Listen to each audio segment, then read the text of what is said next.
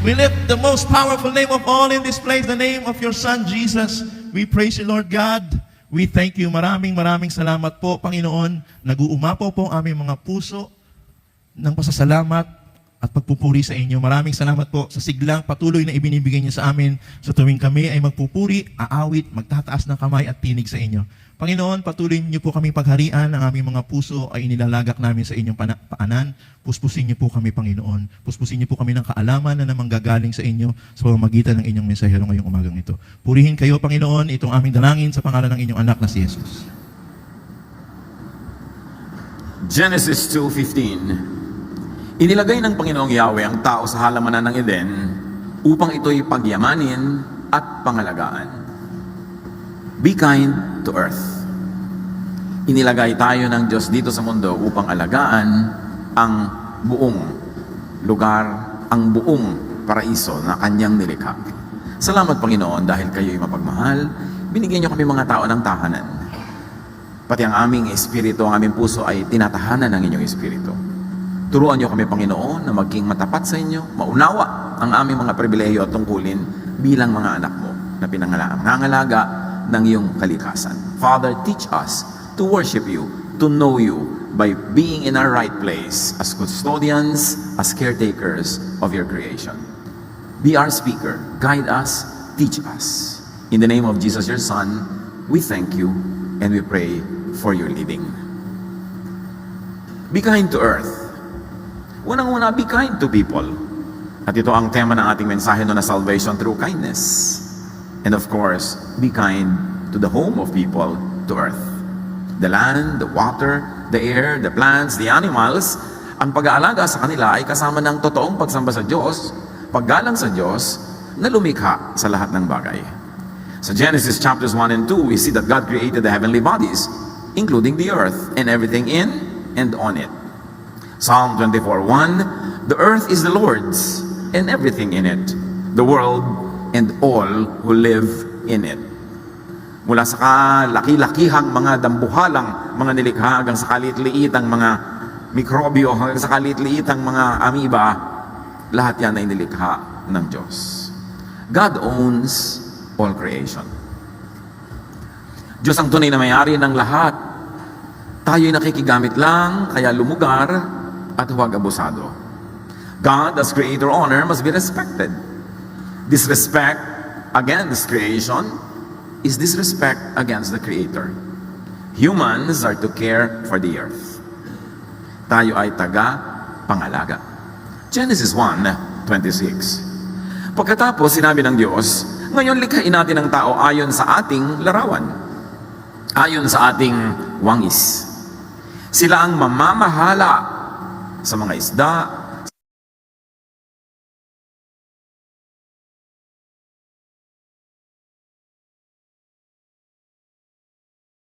na nagmumula sa salitang bahala na pinagmula ng salitang bathala. Sa ancient Tagalog, pagka in-spell mo yung bathala, madadrop yung T. Kasi lahat dapat ng consonant may kakambal na vowel. Kaya yung bathala, nagiging bahala sa baybayin. Pag in-spell natin yan, bahala. Nadadrop ang mga consonants na walang kakambal na vowel. Kaya yung bahala, ibig sabihin nun bathala. Hindi yan kay sera-sera, what will be, will be. Hindi kahit ano na lang. Kasi pag sinabi ng nanay na naghihingalo sa kanyang anak, anak, ikaw na ang bahala sa iyong mga kapatid. Hindi yun ibig sabihin bahala ka lang, walang kwenta kung ano mangyari. Ibig sabihin, pag-aralin mo sila, alagaan mo sila, ipagtanggol mo sila. Pag sinabi mo sa iyong kapatid, akong bahala sa iyo, ibig sabihin, mamahalin kita, ipagtatanggol kita. At yun ang pinagmumula ng salitang pamamahala. Tayo daw mga tao ang mamamahala, ibig sabihin, mag-aalaga tulad ng ginagawa ng bathala ng Diyos na lumikha, na siyang tawag ng ancient Filipinos sa Diyos na lumikha. Genesis 2:15, inilagay ng Panginoong Yahweh ang tao sa halamanan ng Eden upang ito'y pagyamanin at pangalagaan. At kung yan ang gawain ng taong nilikha ng Diyos, ang mga mananampalataya, the church, dapat gawain din yan among many other things that we should be doing. Kasama yan sa bilin. In fact, this is the first commandment. Bago pa dumating yung Exodus 20 na may commandments, unang-una na iniutos dun sa nilikha, aalagaan nyo ang sangsinukob. And when you amplify the meaning of pangangalaga, it is to serve and to guard and to protect. Kaya sabi ng Deuteronomy ng Numbers 35:33, do not pollute the land. Of course, the original meaning is do not pollute spiritually, but it's not so hard to extend it to do not pollute physically, because even the ancient peoples were given by God so many rules how to keep the land physically clean. Mga anak ng Diyos, mga mananampalataya, mga nilikha ng Diyos, lahat tayo, we are to keep the environment clean. It's part of godliness. You cannot say you worship God tapos kalat ka ng kalat dyan. We must biodegrade and return everything to nature. Dapat lahat bumabalik, nagre-recycle. Because since the world was created, everything depended on recycling. Lahat nare-recycle lang. Hihinga ka ng oxygen na galing sa halaman, ang ilalabas ng iyong lungs ay carbon dioxide na pupunta sa halaman, hihinga siya papalabas ng oxygen, so naghihingahan kayo ng halaman at ng mga hayop at mga tao. Nare-recycle lang yung hangin. Naiiba ang kanyang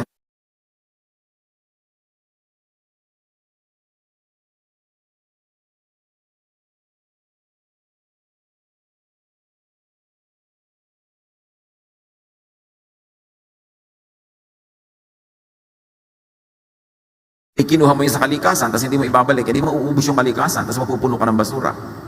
Jeremiah 12:4, hanggang kailan pa mananatiling tigang ang lupain at tuyot ang mga damo sa parang? Nagkakamatay ang mga ibon at mga hayop dahil sa kasamaan ng mga tao doon. So may responsibility ang mga tao, be it moral or be it biological, physical. Nahahawa ang mga ibang nilalang dahil sa kapabayaan ng tao. Stop or minimize dependence on single-use plastics. At yan ay nagigising na ang mundo tungkol dyan. Yung isang pirasong supot, isang gamit mo lang tapon. Pag nagpunta sa ilog, pag nagpunta sa dagat, yung mga isda na sumusuot doon, mga isdang hindi marunong umatras, ay malulunod na at mamamatay na sa loob ng plastic na yan. Stop and minimize the use of needless, elaborate packaging. Pag nagre-regalo, huwag ng 3 balot, may tape pa, may ribbon pa, may kung ano-ano pang nakakabit. Iabot nyo na lang diretso, madali pang makita ko ano laman. O ibalot nyo sa diaryong nabasa na, sa mga recycle tayo. Dapat ganun ang pag-iisip ng tao. We should stop polluting, the use of polluting cleansers, detergents, soaps. When I was in college, a friend of mine who was in a higher class, ang kanyang thesis is how panglabang sabon or detergents pollute the water system. Alam nyo ba na bawat bula, bawat piraso ng panglabang yan, pag pumasok sa ilog, sa lawa, inuubos niya yung oxygen at nasusuffocate ang mga isda. Tapos laba ka na labas sa ilog, gusto ko maraming bula. Yung pala pinopollute mo sa bawat pagbula ng yung buhok sa shampoo, sa pagbula ng yung mga hinuhugasang plato, sa pagbula ng yung laba ng laba, we are poisoning the water system of the earth. Dapat magkaroon ng alternative products para gamitin. Nung araw naman, wala eh. Ang panghugas nga nung araw sa mga plato, abo. Makakakita tayo ng paraan kung gagawan lang natin ng paraan. Reuse and not just discard things. Mga itinatapon natin ng mga electronic waste, mga sirang telepono, mga sirang ganito, sirang ganun. Ano mangyayari dyan sa mga yan? Jeremiah 18:3-4. Kaya nagpunta naman ako at dinatnan ko ang magpapalayok sa kanyang gawaan. Kapag ang ginagawa niyang palayok ay nasira, hinahalo niyang muli ang putik at hinuhugisan ng panibago. So nagre-recycle. O hindi nag-click, nasira ang chip, ibahin pero gagamitin uli. Reuse anything and everything that can be reused. That's part of worship. Reuse clothes, bags, accessories. Hindi kailangan laging bili ng bago. Pag may bagong gadget, hindi mo kailangan bilhin kasi hindi ka natitigil ng kabibili. Reuse even the other side of paper. I know a governor in one province, ang policy niya sa kanyang opisina, wala siyang babasahing papel na dumadating sa kanyang mesa at wala siyang pipirmahan na hindi gamit na yung likod. Gusto niya, puro recycled paper ang gagamitin ng empleyado sa Kapitolyo pag gumagawa ng mga papel. So titingnan niya, gamit na ba itong likod nito? Recycle ba ito? Tsaka lang niya babasahin. Minimize buying new things. Do not buy just because you can afford it. Kasi pag bumili ka ng anumang bagay, kailangan na ng raw material. Yung raw material kukuhanin sa bundok, sa gubat, sa lupa. Inuubos natin ng raw material para sa iyong ika-100 bag. Kailangan mo pa talaga ng 100 bag. Napaka-importante isipin niya. Papatay ka ng mga hayop para kunin yung leather. Kukuha ka ng mga material sa mga mina para gumawa ng mga buckles. Gagawa ka ng chemical para kulayan yan. Can you imagine how much you pollute the earth with every bag in your collection? Pwede namang isa na lang na bayong para sa lahat. Pagka nabulok pa, babalik sa lupa. Do not throw away food. Yan ang isang malaking dilema ng hotel industry, mga restaurant industries. May shelf life yung food nila, tapos dapat itapon. Tapos ang daming gutom. Tapos kabawat halaman, kabawat gulay na nasa salad, lalagyan ng fertilizer. Bawat baka, bawat baboy, bawat karning nando na bilang elemento. Ilang gubat ang kinalbo para magkaroon ng grazing field ang mga baka. Kaya nga nauubos ang Amazon forest. Kakakain natin ng baka, kakakain natin ng steak. Inuubos ng mga ranchero, mga gubat para doon manginain yung mga baka na yun. Napakalaking effect sa planet ang bawat isang baka na kailangang palakihin, bigyan ng mga damo, kakain siya ng maraming damo, tapos kakainin natin yung baka na nilagyan ng maraming gamot, maraming turok para lumaki, para tumaba, para ganito, para ganon. Ba't di na lang natin diretsong kainin ng damo? Salad para hindi na kailangan yung baka sa food chain. At mas marami pa na makukuha mong nutrients kasi diretso from the sun and from the soil yung nutrients, hindi duman sa katawan ng hayop, tapos kakainin mo lang yung hayop. John 6:12. Nang makakain na ang mga tao, sinabi ni Jesus sa mga alagad, ipunin niyo ang mga lumabis nang di masayang. Kita niyo, naghimala ang Panginoon, himalayo na. Ang dami, pero pati yung mga natira ipinaipon niya para hindi sayang. Sa restaurants, anywhere, do not order more than what you can eat. Lalo sa eat all you can. You want to die at once? Dalasan niyo yung eat all you can. Bakit kailangan eat all you can, not hindi eat what you need? Can you imagine na nakaka-insulto yun sa sir, eat all you can? Ano palagay mo sa akin? Di ba? Lahat ng kaya ko isaksak sa akin, babagsik na sikmura, lulunukin ko. Dahil eat all you can. Di ba nakaka-insulto sa ating pagkatao? Eat what you need. And at times, you may eat what you want. Pero yung eat what you can, kaya nakita mo, bundok-bundok yung mga plato. Sa dami ng mga abusado, bawat isang sobra dyan, meron ka multa. So nailagay mo sa plato mo para hindi ka papagmulta, lululunin mo na lahat. Not good. And do not put everything on your plate in buffets. Ang dami natitira. Lalo yung mga plated sa mga buffet na wedding, mga buffet na handaan. Ang konti-konti naman ang kinakain ng tao, ang daming tira. Do not fill up your glass beyond what you will drink. Bihirang-bihirang tao, inuubos yung laman ng baso. May kalahati, may 1/3. Yung kalahating baso, kung pinagsama-sama mo lahat ang basong may natin ang kalahati, mapupuno ang anggat dam. Can you imagine all the wastage? So recycle everything. Mga anak ng Diyos, part yan of holy living. Recycle especially water. Mula nung nilikha ang mundo hanggang ngayon, not one drop of water came out or entered the universe. Entered the earth. Recycle ang lahat. Ang ininom niyong tubig ngayon, kaninang umaga, pinaghugasan siguro ng paa ni Cleopatra. O ihi ng palaka. Paikot-ikot lang ang lahat. Ecclesiastes 1:7, lahat ng tubig ay umuwi sa dagat, ngunit hindi ito napupuno. Bakit? Kasi nag-evaporate. Ang tubig ay bumabalik sa batis ng pinagmulan upang muling umagos sa patungong karagatan. You see, Ecclesiastes 1:7 is talking about the water cycle. Long before science determined the method of water cycling and recycling. Pabalik-balik, paulit-ulit ang lahat. Kaya tayo kain ng karne, kain ng gulay, ng mga halaman, kain ng ano. Dapat tayo pag namatay, magnas. Para bumalik tayo sa lupa at pakinabangan ulit tayo ng mga damo, ng mga papaya, maging prutas ulit tayo, makain ulit tayo ng iba. Yung tinatawag nila na the cycle and circle of life. Kumakain ka, kinakain ka, paikot-ikot lang. Eh yung napaka-selfish mo naman kung nakapreserve yung bangkay mo for 2,000 years. Hindi ka na babalik sa lupa. Yung mga kinain mo, hindi na babalik. Kailangan bumalik. So recycle and reuse water at home. Kung magpapagawa ka pa lang kayo ng bahay, at meron kayong kakayanan, magandang yung bubong nyo, lahat ng tubig ng ulan na tumutulo doon, lumalaglag sa parang mga kanal na katapat ng bubong, nagpupunta sa isang munting balon na ipunan nyo ng tubig, na pwede nyo ipandilig, pwede nyo ipanghugas ng kung ano-anong hindi naman kailangang inumin. Collect rainwater, sayang. Catch bath water and reuse it. I have known of people na pag naliligo sila, lalo de tabo-tabo yung paligo nila, nakatungtong sila sa malaking batya. So pagkapaligo nila, puno na yung batya, pang-flush nila ng toilet. Wise. Very wise. At mga kapatid, save water kahit sa hotel showers, kahit libre, kahit sa gym, kahit saan. Kasi tubig pa rin yun. Yung tubig na sinayang mo sa hotel, tubig na nasayang para sa buong planeta. Huwag mo lang tipirin yung dumadaan sa iyong kontador. Kailangan lahat ng tubig tinitipid. Water is not exclusive to us. Psalm 104:10-12. He makes springs pour water into the ravines. It flows between the mountains. They give water to all the beasts of the field. The wild donkeys quench their thirst. The birds of the sky nest by the waters. They sing among the branches. Maraming nakikinabang sa tubig, kaya kailangan i-conserve. Isaiah 55:10, as the rain and the snow come down from heaven and do not return to it without watering the earth and making it bud and flourish, so that it yields seed for the sower and bread for the eater.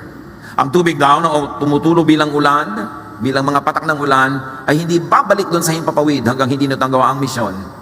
Hugasan ang mundo, diligyan ng mga halaman, painumin ng mga nilalang, tapos babalik siya uli, malinis na naman because of evaporation and through condensation, nagiging handa na naman siyang bumagsak bilang ulan. Paulit-ulit, pabalik-balik.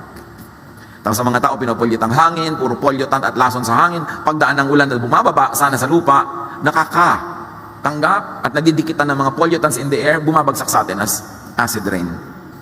Ang halaman na mabagsakan, nasusunog, pag tinamaan ng yung balat, magkakaroon ka ng kung ano-ano mga buni, kasi marumi yung hangin na dinadaanan ng tubig. Sino may kasalanan? Di tao na naman. Very interestingly, according to studies, water has memory. Proven yan by scientific experiments. Water remembers what was dissolved in it. Na kahit diluted na halos hindi mo na matitrace, natatandaan pa ng tubig kung ano yung dinisolve sa kanya. If diluted to a degree that nothing of the original dissolved molecules remains, the water will remember it. There were experiments. Human antibodies were dissolved in water and diluted until none of the original antibodies were present. Now, while the same blood cells were put in the same water, these cells responded as if the antibodies were in the water. Kung hindi nyo naintindihan, palampasin nyo na. Ang mahalaga, naiintindihan ng tubig ang lahat ng nahihipo niya, lahat ng come into contact with the water, natatandaan niya. Kaya ngayon, ginagamit na sa high-tech sciences ang tubig bilang component of many super high-tech instruments because water remembers.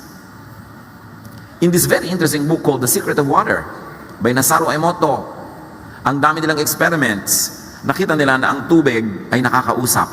Water reacts to environment, water reacts to human words, to human language and emotions.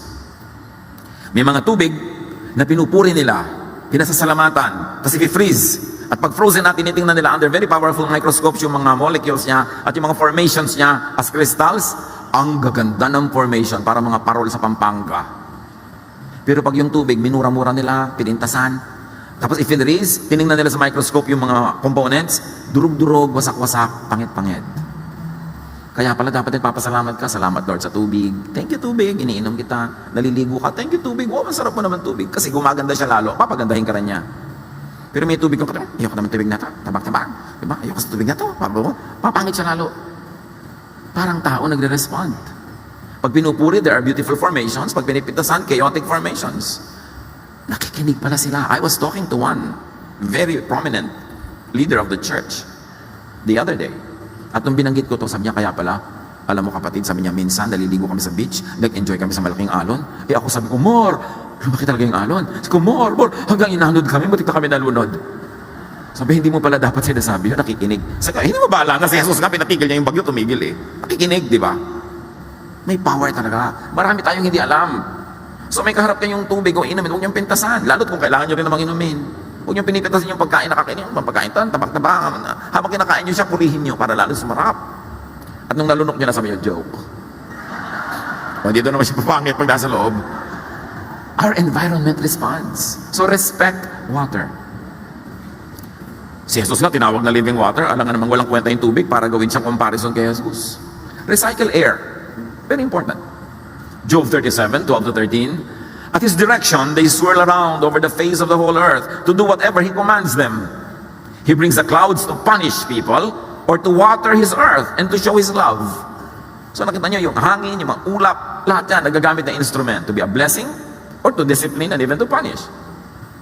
Inhale fresh air. Mga kapatid na sobrang nasasanay sa air-conditioned rooms, there are studies. Whenever you can, get out of the room and inhale fresh air. If the air around your house is not fresh, make it a point to go to the mountains, to go to the provinces every once in a while, and just feed on fresh air to make yourself healthy. Breathe outdoors. May tinatawag na yun na forest bathing.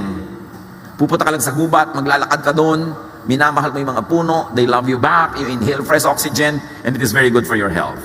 And very important mga kapatid ha, exhale clean air. Yung, ang sari-sariwa ng hangin nang mag-inhale ka, tapos pag-exhale mo, nakakamatay ng insekto. Anong nangyari? Yung malinis na hangin, pagpasok sa lungs mo, paglabas, ang dumi na, di ang dumi ng lungs mo pala. Ang dumi pala nung lalamunan mo, ang dumi pala ng mga gilagid mo dyan. Kaya kailangan nililinis natin ating buong katawan para pag inhale mo ng malinis, pag exhale mo, malinis pa rin. Pananagutan natin yon. Exhale clean air. Cleanse your body. Do not poison the air with insecticides. Sino sa inyo mahilig mag-spray? Insecticide, insecticide, insecticide. Alam niyo yung salitang may CIDE sa dulo, side? Ganon din yung suicide. Nakakamatay ang lahat na may side sa dulo. Kaya mga pesticide, insecticide, suicide. Tapos mag-i-spray kayo ng lamok, patay. Mag-i-spray kayo ng langaw, patay. Kung size nyo ang lamok at langaw, patay din kayo. The only reason why you don't die is you have bigger lungs. Pero kung ang dami nyo nang na-spray na nagawa, paulit-ulit, in proportion to your size, para na rin kayong lamok sa dami ng na-spray nyo, you will soon die. Kasi nakakamatay. Ianin po namin yung mga insekto. Well, screen your house, mapulambu ka, and use insect repellents. Mga halaman na nagpapaalis ng hayop, hindi na pumapatay. Tinataboy lang nila para hindi mo katabi. Kasi ang nakakamatay sa insekto, nakakamatay din sa'yo. Lalo may mga baby ka sa bahay, may mga may sakit sa bahay, spray ka ng spray, nalululun mo rin yun. Pumapasok yun sa lungs mo. In proportion lang nga, mas malaki yung lungs mo, kaya mas matagal ka mamatay. Pero mamatay ka rin pag di mo tinigilan yan. Conserve Earth's resources. Replenish, restore the Earth's nutrients. Ang lupa, pinagpapahinga. Pati nga pagtatanim, pinapahinga mo yung lupa eh.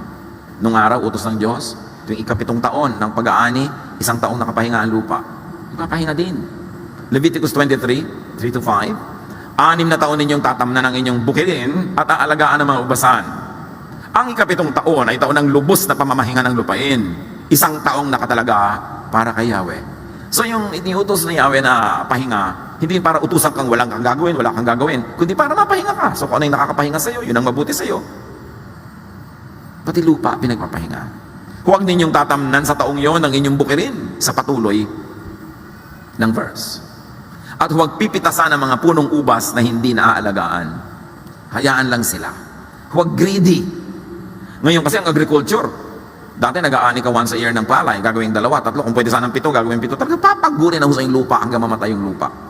Lalagyan ng mga artificial na pataba. Ang mga halaman, lalagyan ng mga artificial na insecticide at pesticides na pag inandod ng ulan patungo sa mga ilog, you poison the water, you poison everything because of our greed. Apply this. Do not abuse and deplete the soil. Do not overcultivate. And avoid and minimize the use of chemical pollutant fertilizers. Dapat organic ang mga fertilizer, hindi yung pollutant. Napatubo nga yung halaman mo, ang daming bunga, pero after 3 years, yung lupa mo, patay na. Avoid and minimize the use of insect and weed killers. They pollute the water system. Nung araw, we have projects sa Ifugao Rice Terraces. I was encouraging them to plant tinawon again.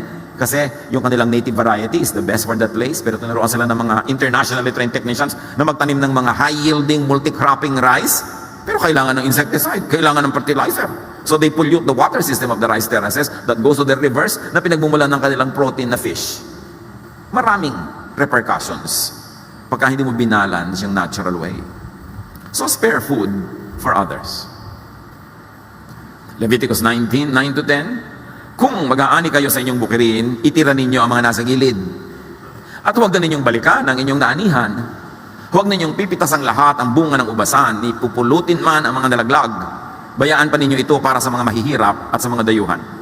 Ang tawag dito sa Tagalog, yung mga naghihimalay, yung mga walang bukid, walang lupa, nag-aani sila ng mga naiwan sa inani ng may lupa. I remember this, way back sa Bulacan.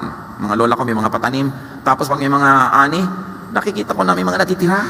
Tapos yung mga ibang mga tao doon sa paligid, sa bukid, puntahan sila doon sa mga taniman namin ng munggo, mga taniman ng ganito at ganyan, ng mani. Tapos hukay sila ng hukay, kuha sila ng kuha. Ang dami nila nakukuha. Sabi ko, ang dami nila nakukuha, ba't di natin kuhanin? Sabi ng lola ko, para sa kanila yan. Kaugalian din ng mga Pilipino nung araw yon. Hindi mo inaani ang lahat para yung mga maralita, may matira sa kanila, doon sila mag-aani. Sabi ng verse, ako si Yahweh, ang inyong Diyos. Ibig sabihin, mapagmahal ako, maging mapagmahal din kayo. Ako nag-uutos ito, so sundin nyo. Magpakain ng mga gutom. Be creative. Pinapangarap ko makakita ng kahit fast foods na food outlet na Nandito yung mga customer, bumibili sila nakapila. Tapos may isang section doon na may mga nakapilang hindi nagbabayad. Kasi pag nagbabayad ka, pwede mo sige, magbabayad ako ng 1,000,000 nung nakapila doon. Hanggang lahat sila magkaroon din. Ang sarap kumain sa ganun na, yung kakain ka, magbabayad ka para sa food mo, tapos may nakapila, nakikita mo na yun yung charity pila. O magbabayad ako para doon, sino man yung nasa pila, o meron na siyang food. And I'm sure many people will be glad to give. So let food customers buy food for the hungry.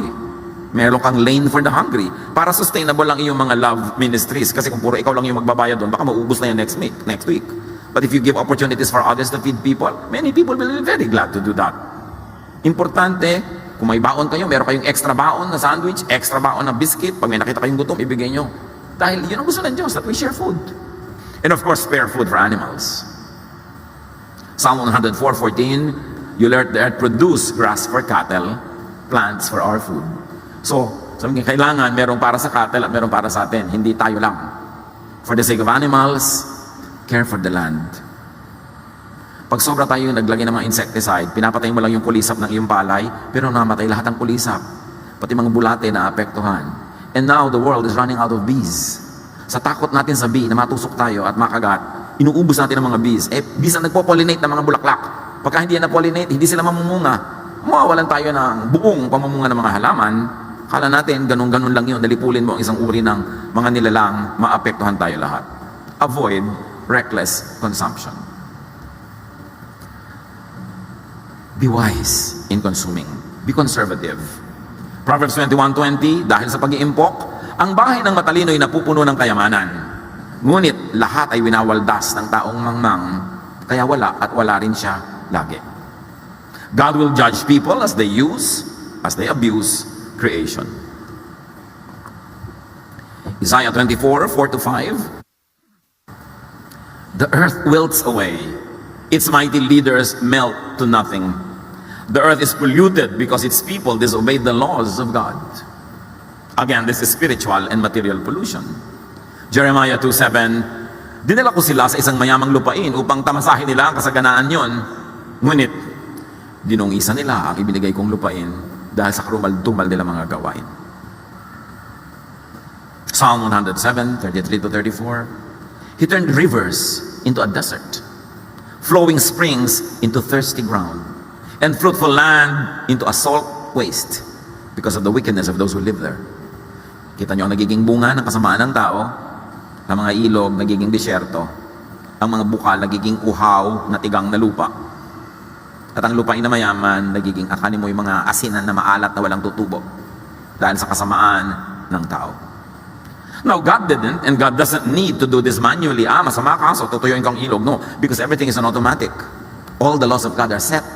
And when it is broken, may automatic results. God doesn't have to step down from heaven to interfere. The bad will happen when we do the bad. So, kailangan maging responsable tayo. Revelations 11:18, the nations raged, but your wrath came, and the time for the dead to be judged, and for rewarding your servants, and for destroying the destroyers of the earth. Darating daw ang panahon, ang lahat ng namatay na ay hukuman, ang lahat ng mga gumawa ng mabuti ay gagantimpalaan, at wawasakin ang lahat ng bumasak sa mundo. It's time to destroy everyone who has destroyed the earth. Panahon na upang wasakin mo ang mga nagwawasak sa daigdig. May consequence. May masamang bunga ang pagpapabaya. The earth is just one. Yan lang ang bahay natin. Tapos magtatapo ka na dumi sa ilog, pupunta sa dagat. Akala mo ba lalayo yun? Nasa loob pa rin yun ng planeta. Why are we polluting the only home we have? We are polluting the air. Saan ka lilipat pag wala ka na mahinga? Inuubos mo ang gubat. Saan ka mag-agriculture? Pagka namatay na ang lahat ng mga halaman. Pinupollute natin ang lahat ng ocean. Saan tayo pupunta pag na-poison yan? Akala nyo ba lalayo yan?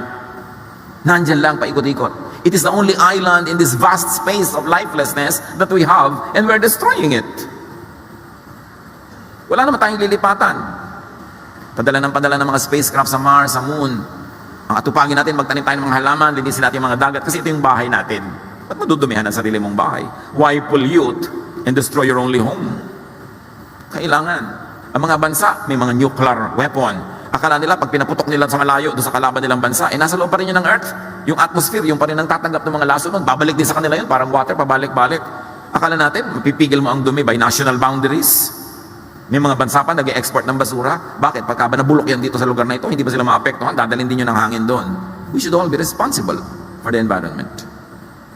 And of course, aside from being kind to people and to the earth, we should be kind to all the living. Be kind to animals. Kumusta ang score natin dito mga kapatid bilang mga mananampalataya ng Diyos? Like humans, animals have intelligence. They are aware. They know.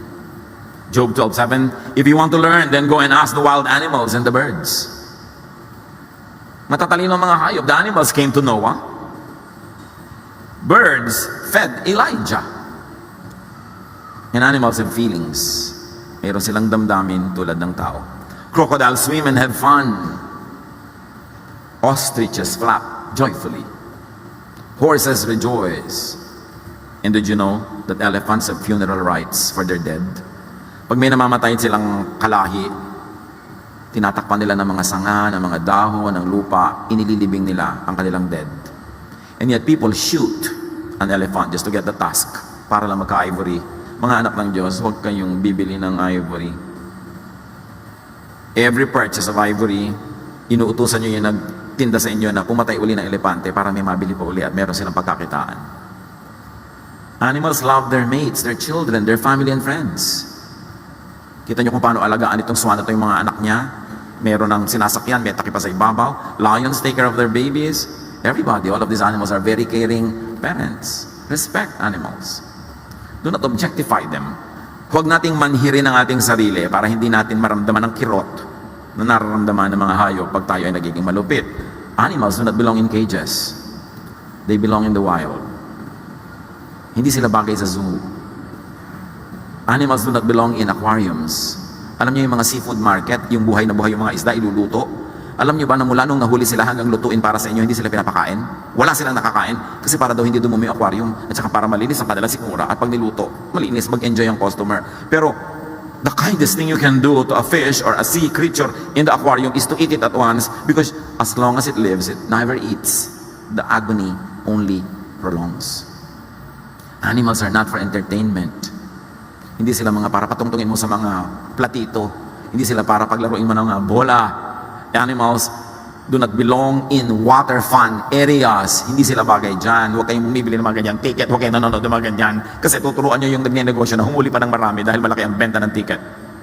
Animals are not for entertainment. Masyado tayong desensitized. Halimbawa, nakakakita tayo ng mga animals na i-deliver sa matadero. Animals that will be brought to butchering. We don't care. Hindi natin napapansin na lahat sila ninenervyos para sa buhay nila, malapit na silang mamatay, etc. etc. Balik rin kaya natin kung tao yung i-deliver. Kasi yung mga baka, kebs lang, wala silang pakialam. Kailangan palitan natin yung pwesto natin para maging sensitive tayo pamisa-misa. Pag sa supermarket, nakakakita ka ng mga karne, iba-ibang cut. Imagine mo mga tao yung cut na yun, at namimili mga baka. Diba? Anong gusto mo ngayon, iha? Ang gusto ko ng tenderloin na tao. Diba? Gusto ko ngayon ng chop na mga ganito. We are so desensitized. Of course, kasama sa life yung you eat, you get eaten. But what I mean is, ang dami nating abuses. By eating more vegetables, by eating more fruits, you have less need for meat. At imbes kinakain mo yung buong steak, pwede mo naman maging sahog na lang. Kung talagang gusto mo, at least konti na lang. Imbes 5 baka yung kinain mo buong buhay, isa na lang. Malaking tulong na rin yun. Hindi ka naman kailangan maging absolute vegan, but you can help. Now, animals are loved by God. Mahal ng Diyos ang mga hayop. Matthew 6:26, look at the birds of the air. They do not sow or reap or store away in barns, and yet your heavenly Father feeds them. Think of feeding animals, not just eating them. Kung meron kayong bintana, maglagay kayo ng isang palanggan ng tubig every day para may mga ibong dumako, makainom sila. Kasi wala na silang mainom ang batis doon sa buong Metro Manila. Kahit tubig sa estero, ayaw na nilang patulan. Kung meron ka mga bird feeding dyan, may lalagyan mo ng konting seeds, dadapuan niya ng ibon. Better, maglagay ka sa bahay mo, kung may space ang birdhouse na maliit, na hindi na i-istorbo, pwede sila doong mamugad, kasi wala na sila mapugaran, wala na mga puno. Proverbs 12:10, good people are kind to their animals, but a mean person is cruel. Meron ka makikitang aso, ang tali, alambre, sa leeg. I saw a dog one time, na iikot-ikot, gutom na gutom, at nung tinawag ko, salamat lumapit, nakalubog sa leeg niya, alambre. Kasi maliit pa siyang tuta, alambre ang collar niya. Lumaki na siya. Can you imagine na sa bawat paglaki niya, sumasakit dahil lumulubog sa laman niya yung alambre. I had it removed. Ang sakit, nagtiis ang aso, tiniis niya. Tapos hindi na siya umalis. nandun na siya forever with us. Ang daming ganung hayop. Ang daming mga isda, ang daming mga turtles na napapasuot sa plastic, nasupot din na sila makalabas, nasusuffocate na sila. Ang daming iniiwan ng mga mangingisda ng mga lambat sa dagat, lalo na lagot, nasira, tapos napapasuot doon yung mga isda at na-entrap na sila forever. Ang daming ganyang cases. Kahit nga sa hayop, sabi ng Diyos, pagka ang hayop nagigiik ng mga grain, alam niyo nung araw yung mga meal na bato na dinudurog yung mga grain, mga baka, mga beasts of burden ang nagpapaikot ng bato na yon. Deuteronomy 25:4, huwag niyong bubusalan ang bibig ng baka habang ito'y gumigiik. In other words, kung ginigiik ng baka yung mga grain, walang busal ang bibig niya, walang takip, pwede dapat yumuko at kumain whenever the baka likes to eat. Diyos pa ang sabi niyan. Ganyan niya kamahal. Matthew 12:11, sumagot siya, kung kayo'y may tupang nahulog sa balon sa araw ng pamamahinga, hindi ba ninyo ito iyaahon? So ano itinuturo ni Jesus? Kindness to animals above religious tradition. Ganun kamahal ng Diyos sa mga hayop. That God even commissioned a donkey to talk to a prophet. Yung prophet na naliligaw ng landas, ang ginamit ng Diyos para kausapin siya, isang donkey. At nagsalita ang donkey. Needless to say, we have to be kind to plants. According to the studies, plants have intelligence. Plants remember and learn like water. Ang mga halaman, patuloy nilang sinusuri ang kanilang kapaligiran, lahat ng mga nakakasalat, nakakahipo sa kanila, at sila ay nagpapasya kung paano sila tutugon sa ganung mga pangyayari sa paligid nila. Ang ugat ng halaman, pag nakatama sa bato, ay iikutan niya yung bato hanggang makahanap siya uli ng malambot na lugar. May mga experiments sa mga halaman na nagre-respond talaga sila. Plants even respond to human words and thoughts. Kaya mga iba, kinakausap nila yung halaman, na pagkakamala mo, ay may sira pa yung kapitbahay namin. Nagre-respond sila. There were experiments, at ito sa book na The Secret Life of Plants, and among many other studies. May halaman na inilagay nila sa isang kwarto, isang laboratory. Nilagyan nila ng mga pangsukat ng electrical activity at kung ano pa na inilalagay sa ulo mo pag tinetest yung brain mo. Tapos meron silang inutusan na isang lalaki, pumasok ka, tagain mong halaman. Pagpasok ng lalaki na intention niya, tagain yung halaman, na-tension halaman, nakita doon sa mga ikinabit sa kanya na instruments. Nagkaroon siya ng electrical activity, na panic siya. Tapos nung tatagain na siya, talaga ang lakas ng galaw ng mga pambasa ng movement sa nangyayari sa halaman. Tapos sinabi nung nag-experiment na, huwag mo na ituloy, huwag mo tagain. Biglang nag-relax yung halaman, nawala yung mga reading. Pagkatapos, meron silang isang inutusan na tao. Pumasok ka, kunwari tatagain mo pero huwag mo tutuloy. Pagpasok niya, hindi siya pinansin ng halaman. Alam ng halaman, kunwari lang. Diba sabi nga nila, don't tell secrets in a vegetable garden because potatoes have eyes and corn have ears. Of course, iba naman yun. Pero yes, nagre-react sila. Kaya nga yung fig tree, sabi ni Jesus, naku, huwag ka na sanang mamunga pa kahit kailan. Naluoy ah. Nag-respond. Nagre-respond ang lahat ng buhay na bagay. Kaya mag-ingat-ingat tayo. Plants even communicate among themselves and with other creatures like fungi and even with animals by releasing through their roots, branches and leaves, certain chemicals. Nag-uusap-usap sila. May mga studies, mga kapatid, ng isang puno na nasugatan, natumba, nahirapan, tinutulungan siya ng mga ibang halaman na natiling malusog. Yung mga roots nila nagkakabit-kabit, nagkukonek-connect, and through the other living organisms in the soil, they help nourish a fallen tree. They help nourish a sick plant. Nagtutulungan sila, mabuti pa sa tao. Yung naaamoy nyo sa bukid pag bagong tabasang damo, actually, it's a chemical distress signal for plants. Na pag pinuputol sila, nagre-release sila ng amoy to warn the other plants around to get ready for it. At kung ano man ang preparasyon ng ginagawa ng iba, it works. Some plants like tobacco release a chemical. Pag kinangat-ngat-ngat yung dahon nila ng isang uri ng insekto, they release a certain chemical that attracts caterpillars para pumunta sa kanila at kainin nila yung insekto. Kung baga, kinakain ako ng insektong to, wala akong magawa kasi halaman ako, I will release a chemical na attractive sa mga caterpillar, magdadatingan sila, ay, may insect pala dito, kakainin nila insect, tumigil ang pagkat niya sa dahon. Nag-iisip sila. Plants have senses and feelings, tulad nila ng makahiya. Ang makahiya, o tama, pag hinipo mo, nahihiya nga siya. Diba, dahan-dahan siya nagsasara. O, ang ganda-ganda niyan kung meron kayo sa inyong dinner table. Pero alam niyo yung makahiya, pag hinipo niyo, di sasara. Kasi akala niya may danger. Hipuin nyo ulit, wow, ang ganda. Sasara ulit. Pag inulit nyo pa ulit, hindi na siya sasara. Sabi ng makaya, nek mo. Pinapagod mo lang ako. Hindi naman to talaga danger, wala. Hindi na siya sasara. Marunong siyang matuto. Hindi katulad ng iba nakakalimang papa na, hindi pa natuto. Yung makaya natututo, yung Venus flytrap. Yan, halaman yan. Ang pagkain niya, mga insekto. So, ina-attract niya ng matatamis na mga katas. Pero ang insekto ito, pag pumasok, dadadadan, sumara na. Ganyan din na maraming pag-ibig, mga kapatid. Diba? Kala mo matamis, kakainin ka pala. Pero, nag-iisip yung halaman. Kung kailan siya sasara, buong-buo na ba na nasa loob ang insekto, o kalahati pa lang, baka makalabas, marunong siya mag-isip. The pitcher plant. The pitcher plant has liquid inside it. Mga insect na attract, mahuhulog sila, iinumin nila, pero digestive juices na yon. The pitcher plant suddenly has lunch. Marunong silang dumiskarte. Of course, plants think to change forms. Nakita nyo yung sunflower? Kung nasaan yung sun, doon sila haharap. Yung halaman na nakaharap sa araw na nasa paso, gusto nyo torturen, paikutin nyo yung paso. O maglinis kayo, ibalik nyo na hindi nakaharap dati niyang hinaharapan. Kahit mapagod yun, babalik yun para humarap sa araw yung dahon niya. Kaya kung may dilinis kayong paso, inangat nyo, ibalik nyo sa dati para huwag na siya mapagod na yung dahon, lingunin naman niya yung araw. Kasi yun at yun ang gagawin niya. Importante, even many plants as yung camouflage. May mga halaman na nagmumukhang ibon, for whatever purpose nila yun, may nagmumukhang bato, may nagmumukhang ganyan, para sila mag-survive. Plants respond to music and other sounds. Yung mga Indian classical music, mga Vedic chants, nakakapagpalago ng Rosa chinensis. Marami mga halaman in experiment, isinabit sila sa melodic, beautiful melody music, lumago. May mga halaman, inilagay sila sa kwarto, nagpatugtog ng rock, naluoy. Pati nga halaman ayaw sa rock. Lalo't kung agulo-gulo talaga. Nagre-respond sila. Chronicles, 1 Chronicles 16:33, umawit ang mga punong kahoy na nasa kagubatan sa pagdating ni Yahweh upang lahat ay hatulan. Literal ba to? Malay nyo. Totoo. Akala natin, talinghaga. Yung pala nakakaawit nga sila. Why not? At nadidinig yun ng Diyos.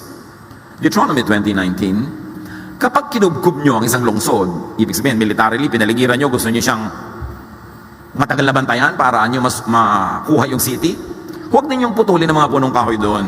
Kahit matagal na ninyong kinukubkob ang lugar na yon. Ang mga puno ay hindi nyo kaaway. Bagkus, makapagbibigay pa ito sa inyo ng pagkain, kaya huwag nyo itong puputulin. Napaka-specific ng instruction. Proverbs 27:18, take care of a tree, and you will eat its fruit. John 15:5, ako ang puno ng ubas, at kayo ang mga sanga. Ang nananatili sa akin at ako sa kanya ang siyang magbubunga ng sagana, sapagkat wala kayong magagawa kung kayo'y hiwalay sa akin. Kahit dito sa talinghaga na sinabi ni Jesus na siya ang puno, ang sinasabi niya, ang buhay niyo nakadepende sa puno. Gawin yung physical, gawin yung biological, ang buhay talaga natin nakadepende sa plants. Apply it many ways. So do not needlessly, carelessly, greedily cut trees. Sa bawat punong pinuputol, kinukuha ng mga loggers, ay may libing na nagaganap sa mga hayop. Imagine niyo na ito ay libing. Nakikipaglibing ang lahat ng mga hayop na nawalan tirahan, nawalan ng ugat na tataguan, nawalan ng sangang dadapuan, nawalan ng puno na titirahan, tapos ang mga tao putol ng putol ng putol. Nakikita ninyo itong orangutan na ito, pinuputol ang gubat na tinitirahan niya, mag-isa niyang ipinagtatanggol ang puno na kanyang tahanan laban sa mga makinarya ng tao. Pag kinuha mo yung kahoy niya, saan titira yung mga hayop na diyan tumatahan? Itong napakaliit na munting nilalang na ito, pinutol yung puno niyang tinitirahan, nung balikan niya, putol na, hinahanap niya yung mga sanga, hinahanap niya ang pamilya niya, nasa na?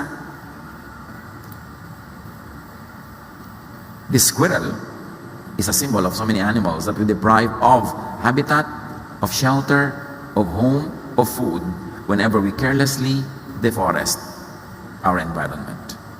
Respect God. Live well as a race among many other creatures that God created.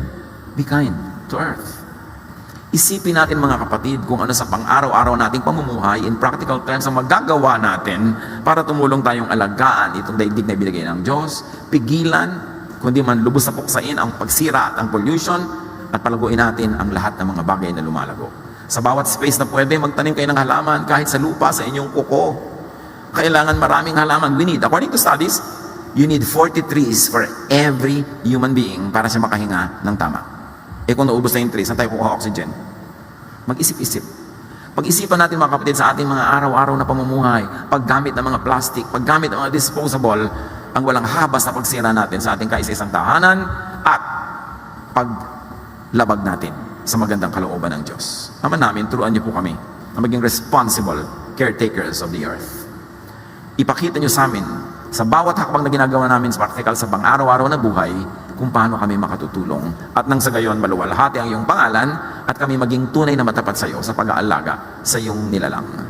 Pagbulay-bulayan natin ang mga ito at ituring na bahagi ng isang tunay na pagsamba sa ating Diyos.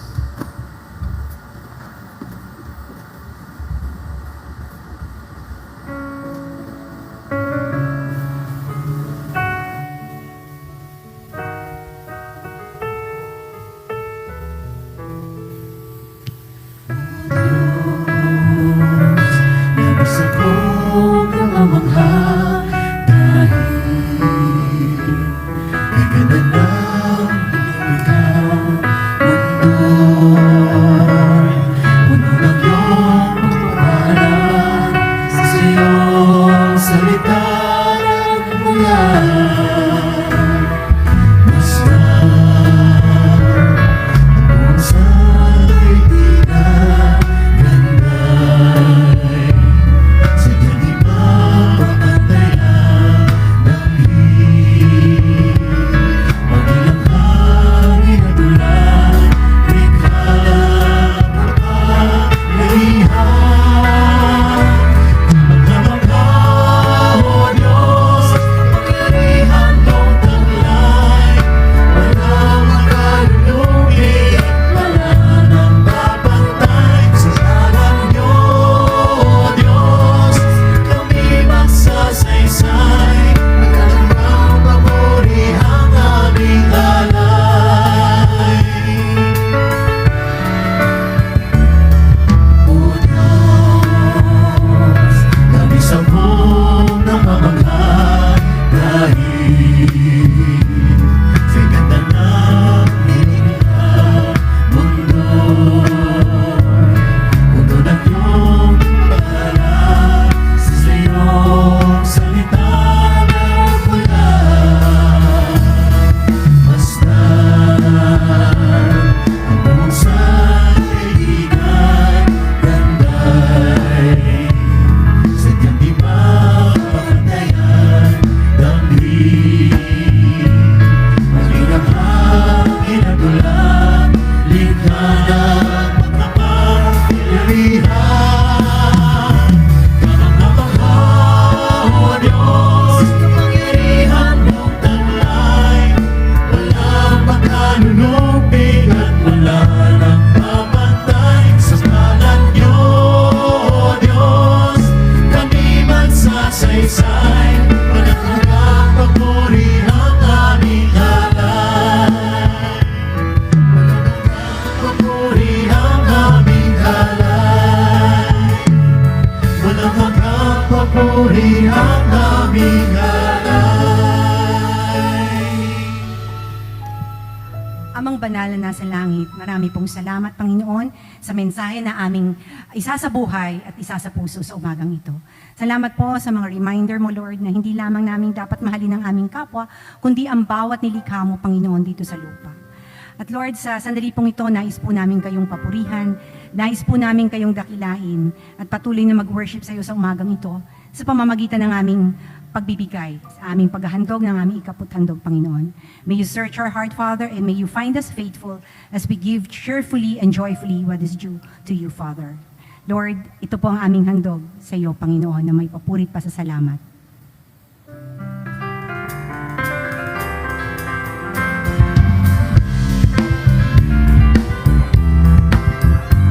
Sa aming pagbibigay, kayo ay malugod. Sa inyong paanan, kami naghahandog. Kayo ang may kapal, lumikha ng lahat. Ng puso kami nagpasasalamat. Aming pag-aanay, kayo ang tumayan. Puso't pag-ibig sa aming kapagitan. Lumagan at tawag ang inyong salita. Mula ng pagbibigay ng kapatan sa aming mga tinatangkilik. Maluwag namin ibinabalik. Nagmula sa bukan ng inyong pagpapala.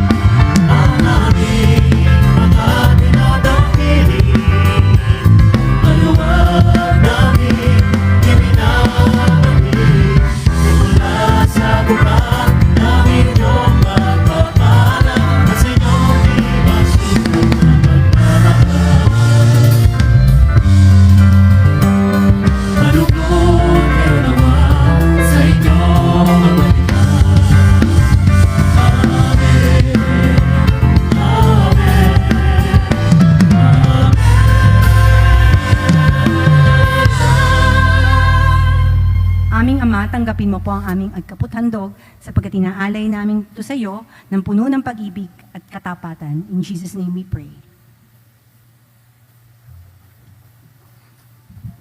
Purihin po natin ang ating Panginoon. Ang katatapos po na mensahe na ibinahagi sa atin ni Kuya Ed Lapis ay may pamagat na Be Kind to Earth. Available na po ang mensahe ito sa CD format sa ating Caloob Bookstore at Book Tables. At para po sa ibang messages at aklat ni Kuya Ed Lapis at ni Kuya Gami Alba, ay bisitahin lang po ang ating Caloob Bookstore. At this point, maaari po ba natin hilingan ang mga lahat ng mga first-time attendees, kung maaari po sanang sila'y tumayo, upang sila po ay ating makilala. Salamat po sa inyong pagdalo. Manatili lang po tayong nakatayo at lalapitan po kayo ng usherettes at meron po silang form na ipagkakalob sa inyo. Ang pakiusap lang po namin ay pakibigay lang po ang lahat ng impormasyon na hinihingi at pagkatapos po ng ating worship service ay magtungo lang po tayo sa sambahay booth sa bandang kanan niyo po. Para po sa ating mga gawain, mula sa ika-1 ng Agosto, makikiisa tayo sa pagdiriwang ng buwan ng wika. Bisitahin natin ang Dito Po sa Atin, isang day-by-day cultural village na gaganapin sa Kasiyahan Garden. May mga grupong katutubo mula sa Cordillera hanggang Mindanao na mag-exhibit na kanilang kultura at sining. Magkakaroon din ng iba't ibang turuan tuwing Sabado at Linggo. Abangan at makibahagi. At para po sa detalye ng mga nabanggit, ay kumuha lang po tayo ng CP ng ating araw-araw newsletter or tumawag sa ating day-by-day office 551-4411. Patuloy po tayo nag-iimbita sa mga kabataang edad 13 pataas na dumalo sa Young Generation Worship na ginaganap tuwing Linggo. Alas 9 ng umaga sa Master Hall at encourage all parents to let their teen join. Sa mga nais po sumali at sa iba't ibang ministry ng day by day, bisitahin po ang Ministry Seekers table sa bandang likuran sa Orange Chair area. Muli magkita-kita po tayo sa darating na linggo.